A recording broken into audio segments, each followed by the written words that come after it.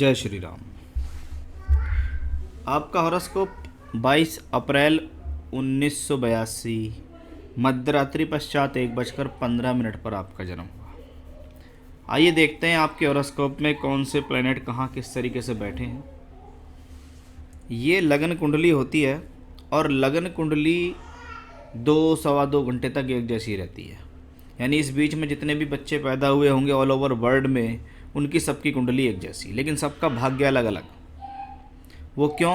क्योंकि ये जो वर्ग कुंडलियाँ होती हैं जो 5-5, 7-7 मिनट में चेंज होती रहती हैं, ये व्यक्ति के जीवन में दिखाती हैं कि उसके जीवन में कितना कुछ है। ये कॉम्बिनेशंस जो होते हैं, जो लगन कुंडली में होते हैं, ये है आप जिस पृष्ठभूमि में पैदा हुए, जिस परिवार में पैदा हुए, वहाँ पे स्थित ग्रहों की स्थितियों को बताते हैं। ये आप खुद कितना करेंगे अपने बल पर, वो दिखाएगा आपका वर्ग चार्ट। आइए देखते हैं मकर लगन का हॉरोस्कोप आपका। और मीन राशि, लगन के स्वामी शनिदेव, राशि के स्वामी बृहस्पति। और बृहस्पति से ही मैं शुरुआत करता हूं कि निकृष्ट बृहस्पति है आपका। आपकी कुंडली में जो बृहस्पति ग्रह है वो मजबूत नहीं है, कमज़ोर है। क्यों है? 2 खराब स्थान का मालिक है, 12वें घर और तीसरे घर। बैठा है दशम भाव में शुक्र की राशि में, और वो भी वक्री हो गया।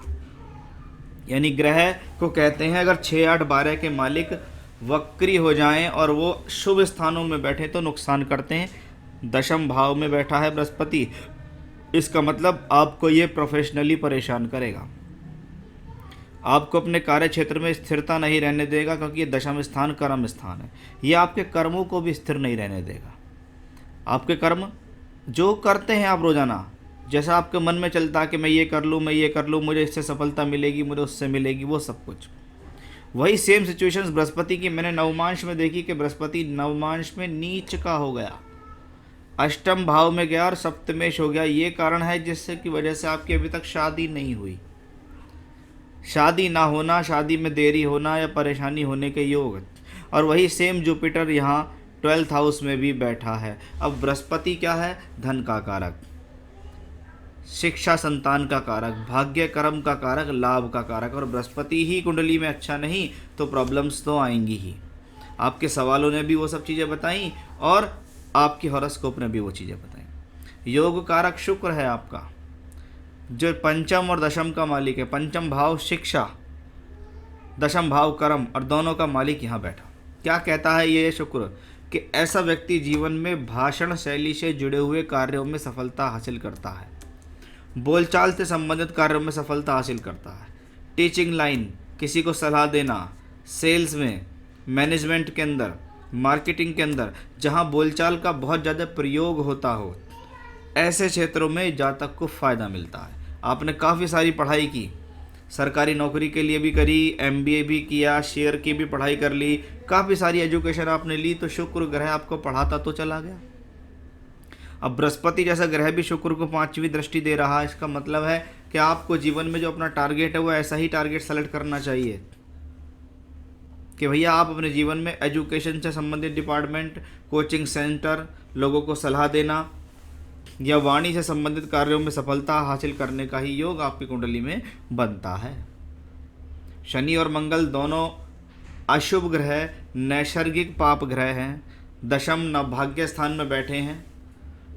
अब एज ए अशुभ ग्रह, एज ए पाप ग्रह होने का मतलब है कि ये कॉम्बिनेशन भाग्य बनाने में बाधा देगा। लेकिन शनि और मंगल क्योंकि यहाँ राजयोग में भी हैं और ये नवम भाव में बनता तो कहीं ना कहीं पारिवारिक पृष्ठभूमि के लिए अच्छा है, क्योंकि मंगल चतुर्थेश भी है। भूमि, जमीन, जायदाद, प्रॉपर्टी का लाभ मिलना, परिवार से सुविधाएं मिल रही हैं, रहने को घर मिल रहा है, पैतृक संपत्ति मिल रही है, ऐसा ही कुछ कॉम्बिनेशंस इसकी वजह से आता है। जब चंद्रमा कुंडली के तीसरे घर में हो और शनि मंगल यहाँ हो तो ये कॉम्बिनेशन माता के स्वास्थ्य के लिए अच्छा नहीं होता। अब सूर्य कुंडली में चौथे घर में है, साथ में षष्ठेश बुध भी है, अष्टम छठे दोनों का मालिक यहाँ है। तो ये कॉम्बिनेशंस क्या है? जब खुद के बल पर मकान बनाने की बात आती है तो जातक खुद के बल पर मकान बड़ी मुश्किल से बना पाता है, या कहते हैं ऐसे लोग मुश्किल से ही जीवन में प्रॉपर्टी अर्जित कर सकते हैं। तो वैसा ही एक संयोग है। वक्री ग्रहों का होना केंद्र त्रिकोण में अच्छा होता है, अब शनि वक्री है, लग्नेश नवम भाव में मंगल के साथ है। व्यक्ति कैपेबल है, व्यक्ति योग्य है अपने जीवन में अपने बल पर कुछ करने, कमाने, खाने पीने के लिए। व्यक्ति के अंदर काबिलियत है कि वो अपने बल पे कुछ कर सकता है, लेकिन मेन बात यह है उसका काबिलपन, क्या उसकी दशाएं उसको फॉलो करेंगी? क्योंकि सबसे ज़्यादा मुख्य चीज़ें क्या होती हैं जीवन में? दशा। किस ग्रह की महादशा आपको चल रही है? जिस ग्रह की दशा चल रही है, अगर वो हॉरोस्कोप में पावरफुल है, वो हॉरोस्कोप के अंदर मजबूत है, तो ही आपको जीवन में कुछ मिलेगा। अन्यथा आप सिर्फ यही देखते रहेंगे, मेरे ये राजयोग, मेरे वो धन योग, मेरा ग्रह ऐसा, मेरा ग्रह वैसा, लेकिन मुझे फ़ायदा नहीं मिलता। जैसे राहु केतु को आप देखिएगा, ये कुंडली के छठे और द्वादश से संबंध बनाते हैं। जब जब राहु केतु से संबंधित दशा अंतरदशा आएंगी, टूर, ट्रैवलिंग्स, यात्राएं, खर्च का बढ़ना, चिंताएं होना, मानसिक तनाव होना, यात्राएं होना, ये सब चीज़ें राहु और केतु से आता है। हेल्थ इश्यूज़ होना, हेल्थ पे खर्च होना, क्योंकि राहु केतु स्वभाव से तो नेचुरल मैलेफिक्स ही हैं, स्वभाव से तो ये ग्रह अशुभ ही है। अभी क्या है, अभी आपको चल रही है शुक्र की महादशा। जैसा कि मैंने कहा, सबसे ज़्यादा मुख्य ग्रह वो जो वर्तमान में हमें मिला हुआ है। शुक्र आपकी कुंडली में योग कारक। मैंने कहा कि ये वो कुंडली है जो 2-2.25 घंटे तक एक जैसी रहती है। लगन कुंडली में शुक्र अच्छा, शुक्र की महादशा चलते हुए आपके जीवन में 2014 से चलते चलते लगभग 7-8 साल हो चुके। 7 वर्ष पूरे हो गए शुक्र के, और शुक्र योग कारक है, शिक्षा भी करा रहा, पढ़ाई करा रहा है, लगातार कुछ ना कुछ सिखाता चला जा रहा। लेकिन ये शुक्र कितना प्रबल है और आपके द्वारा की गई मेहनत से आपको कुछ मिलेगा या नहीं मिलेगा, ये कहाँ से मिलता है? वर्ग कुंडलियों से। वर्ग कुंडली नवमांश, नवमांश में हमने देखा कि शुक्र राहु केतु एक्सस पे पहुंचा। राहु केतु एक्सस पे शुक्र का पहुंचना अच्छा नहीं माना जाता। और सबसे बड़ी बात, D10 चार्ट दशमांशा ग्रेट सक्सेस लिखा हुआ है कि भैया आपकी प्योरली प्रोफेशनल लाइफ यहाँ मुझे दिखाई देगी कि शुक्र की दशा में आप कुछ कर पाएंगे या नहीं कर पाएंगे। शुक्र आपकी हॉरोस्कोप में 2 खराब स्थान का मालिक, पहला 3रा घर, दूसरा 8वां घर, और नीच का होकर बैठा है 7म भाव में। अब ऐसे प्लैनेट से आप मांग रहे हैं, वो आपको यहाँ भी अच्छा है, पढ़ा रहा है, पढ़ाता है, मेहनत करा रहा है, लेकिन जब रिजल्ट की बारी आती है, मेन तो रिजल्ट ही है। जीवन में सबसे ज़्यादा ज़रूरी क्या चीज़ें हैं? आप पढ़े लिखे हो या पढ़े लिखे नहीं हो, लेकिन आप जब काम करने चलते हो तो आपने अपने जीवन में पैसा कमा लिया, नहीं तो दुनिया भर की रखी हुई डिग्री और आमदनी नहीं है 10,000 रुपये की भी। और कुछ लोग ऐसे हैं जो जीवन में 10वीं पास हैं, लाखों करोड़ों रुपये भी कमा रहे हैं। तब व्यक्ति को लगता है कि यार मेरी तो इतनी एजुकेशन ख़राब हो गई, मुझे तो ये सब चीज़ें बेकार लगने लगी। तो आपके शुक्र में प्रबलता नहीं है, इसलिए वो दशमांश में जाके 0। यही कारण है कि आप निरंतर असफल हो रहे हैं।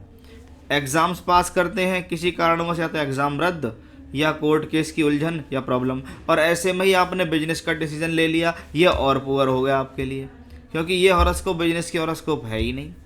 ये हॉरोस्कोप बिजनेस में सिर्फ एक तरीके से सफल है कि अगर फादर का कोई बिजनेस है तो उसे करो, और यदि फादर का कोई बिजनेस नहीं है तो भैया सिर्फ नौकरी करो, क्योंकि तुम्हारी कुंडली नौकरी वाली कुंडली है।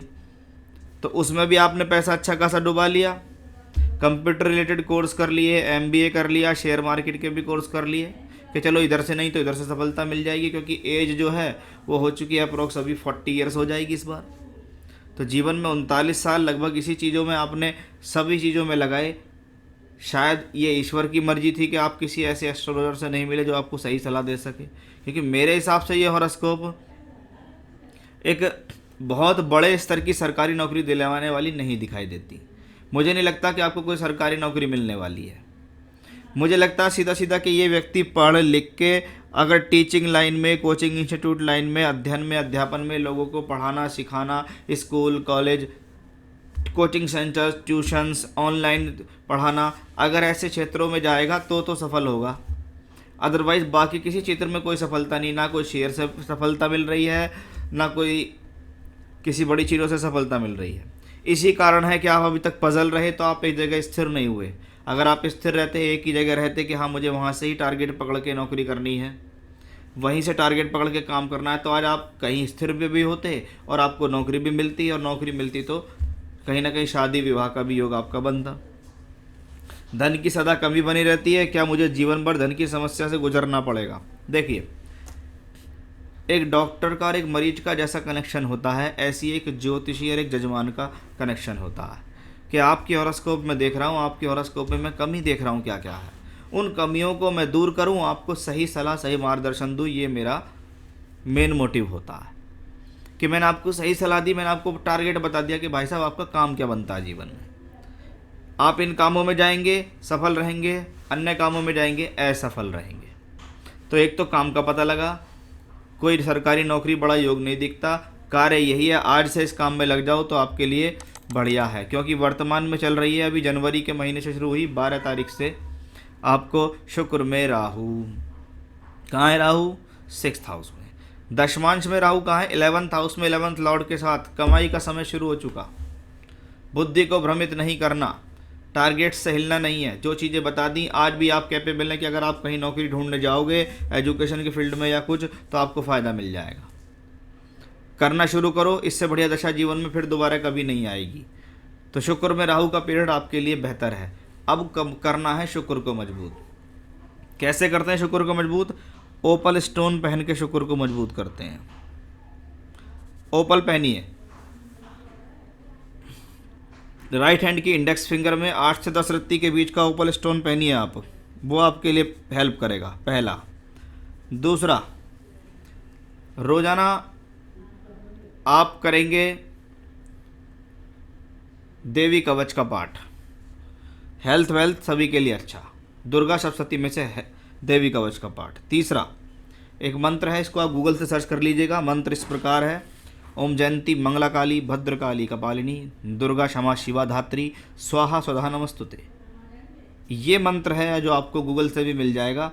इस मंत्र की 3 माला का जाप रोजाना रुद्राक्ष की माला से करने होंगे आपको सुबह के समय पे, यानी 3 माला वो, एक बार देवी कवच।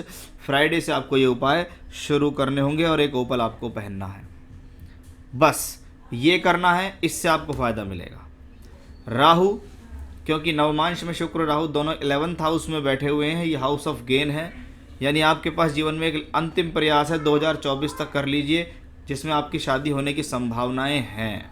अभी भी मैं इसको डिनाई नहीं करूंगा कि शादी होने की संभावनाएं नहीं है, अभी भी मैं कहूँगा कि आपके पास योग हैं, प्रयास कीजिए, काम आपका हो जाएगा। लेकिन जब तक ये उपाय नहीं करोगे, ग्रह के अंदर जान नहीं पड़ेगी, और जब तक जान नहीं पड़ेगी ग्रह के अंदर, तब तक वो ग्रह आपको रिजल्ट नहीं देगा। अभी शुक्र की दशा लगभग 12-13 वर्ष की बाकी है। अपने समय को सुधार लीजिए अपने कर्मों से और पूजा पाठ से। जय श्री राम।